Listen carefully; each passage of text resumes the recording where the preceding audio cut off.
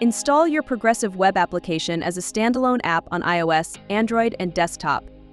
On the desktop, first open Chrome Edge or Firefox. Then, go to your web app and locate the Install option either in the address bar or More menu. Tap Install and the app will appear in a standalone window. Drag the shortcut to your dock or taskbar to pin the app for quick access. On iOS or iPadOS, open your web app in Safari. Tap the Share button and locate the Add to Home Screen option and confirm your choice to add your app to your home screen for quick access. On Android, open your web app in Chrome, follow the prompt at the bottom of the screen, or tap the More icon top right and locate the Install option.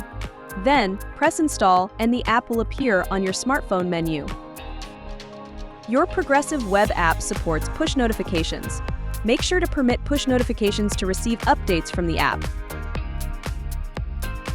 Visit help.spacebring.com for even more helpful resources and guides.